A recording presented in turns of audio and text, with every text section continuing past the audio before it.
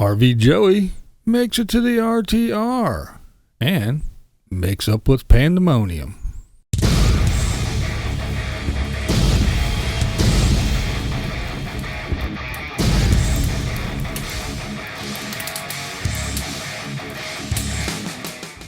What's up, blind viewers?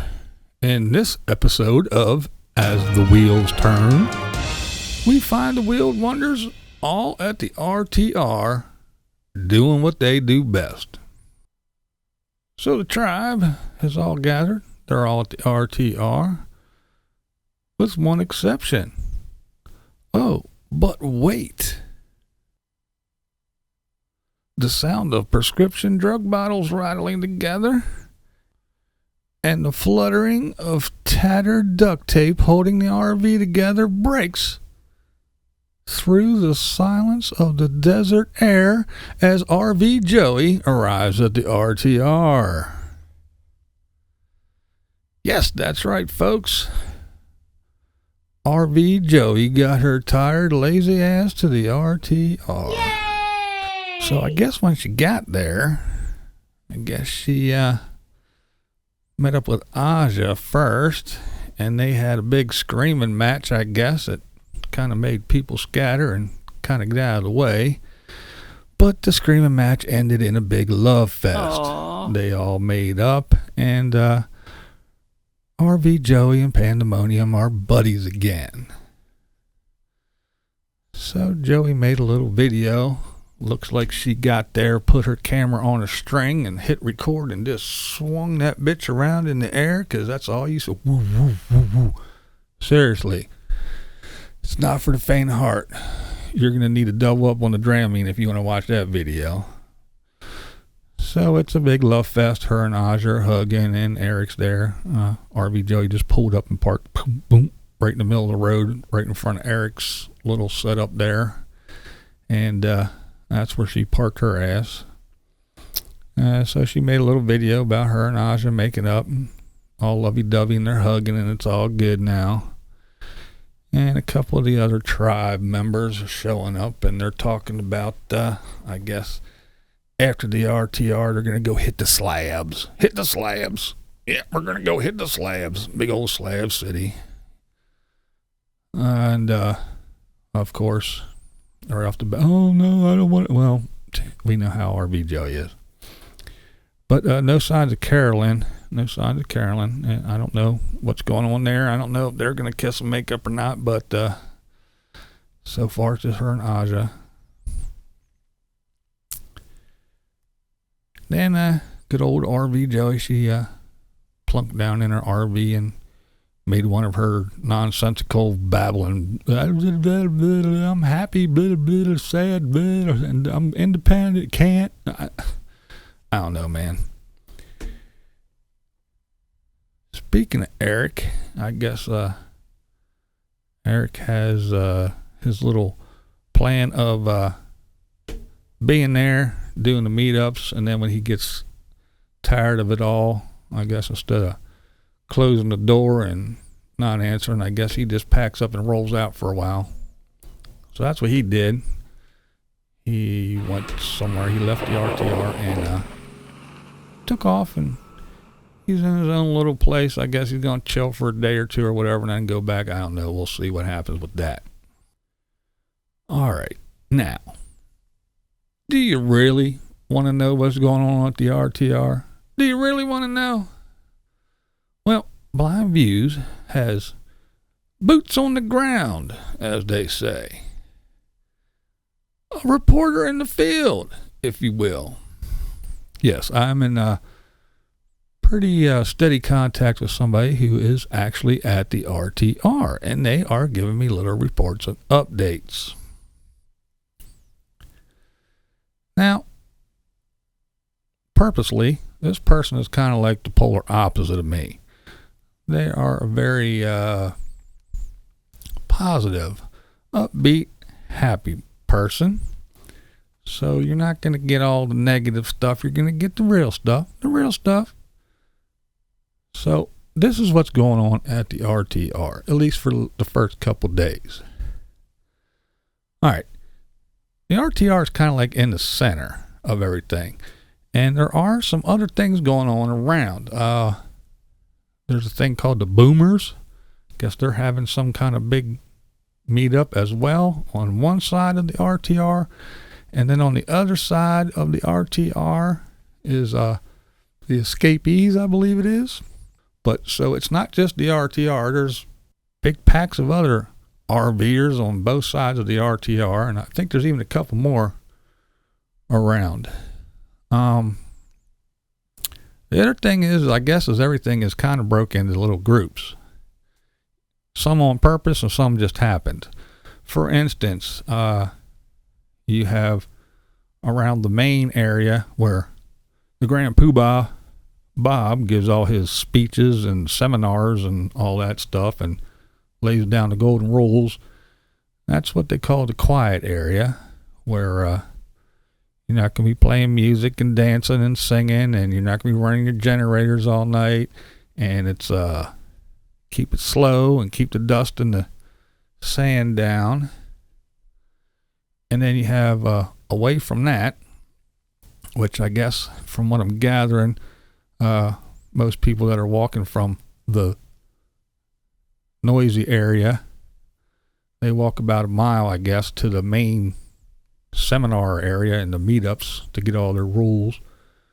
So away from the quiet area is the loud area where you're allowed to run your generators and you can play music and party and all that good fun stuff. And then you have the little sections, I guess, that just kind of happen, like all the van dwellers. You know, you got like Van Row, where you get down and it's just vans.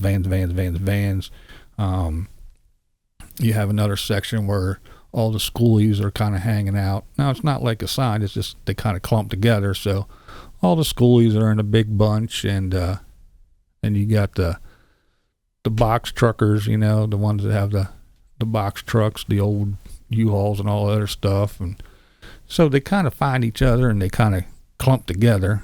And then the other ones are sporadically peppered through the rest of the crowd. And of course you got the tribe, who travels together in a big clump wherever they go, so they're all together. Now, last year there was about 800 people. This year there's about 3,000 people. Now, these are registered people. These are the people that actually go in and register. So the numbers are about. And you got people that come in just for a day or whatever, and then they leave, so they don't even register. Other ones just come in, park, and don't bother registering at all. So these numbers are approximations. But anyway, I guess good old Bob, I guess he took all these things in account, and each year, I guess, as it grows, with I'm sure with the help of YouTube, but the word gets out, and as this thing grows, I guess he kind of addresses some of the problems. So this year there are porta potties. There's little clumps of like 5 or 6 of them or so kind of scattered around. So there's porta potties all over the place. Now, I'm not saying everybody's going to use them, and this is just the first couple of days, so if these things happen to not get serviced regularly, people aren't going to use them the whole time. But there are more, and they are scattered around. Like I said, there's little clumps of them.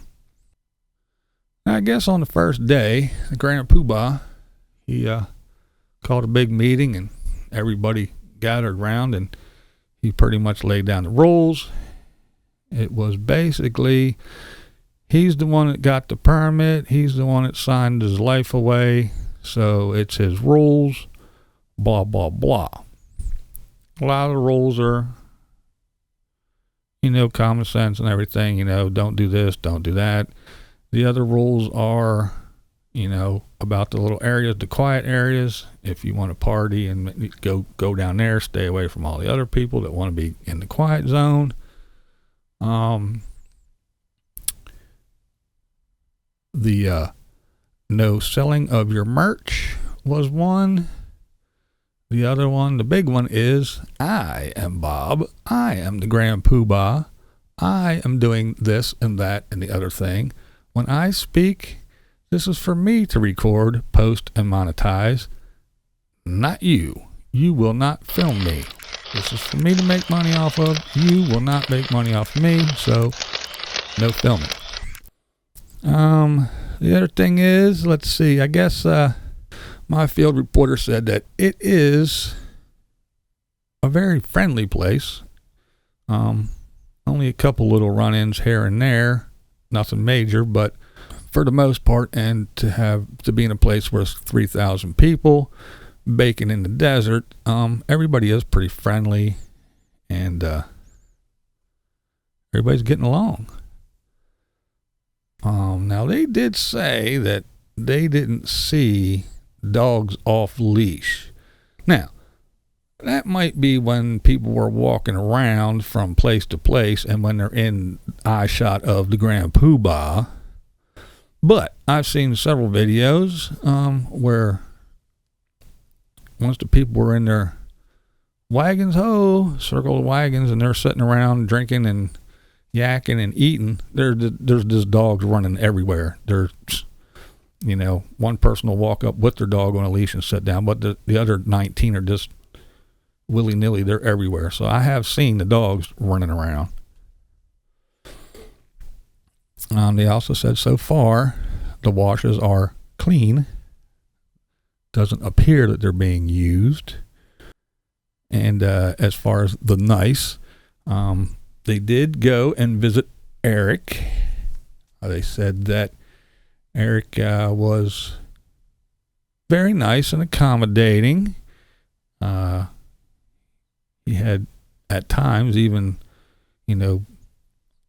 people lined up waiting to see him and talk to him, but he did take the opportunity and he did talk to everyone that wanted to see him and Jax and took selfies and did all that, and he was pretty nice about it.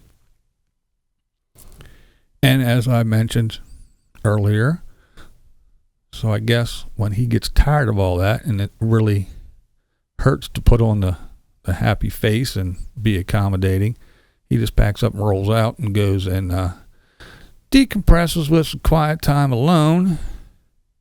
And then again, this is an assumption, but I assume he will go back and set up with the tribe again for a couple of days until it works on his nerves being nice and accommodating. So that's pretty much what's going on for real.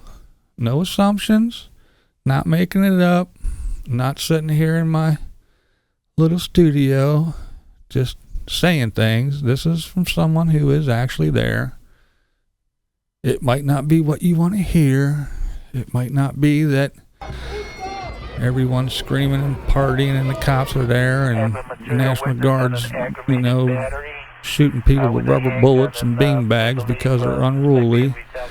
And it might not be that everyone's doing their business where they sit and just move a chair over 4 feet to get out of their mess and all that. But that's the report. That's what's going on. My reporter also did check in with the locals. Now, they said that it's busy, it's hustly, it's bustly.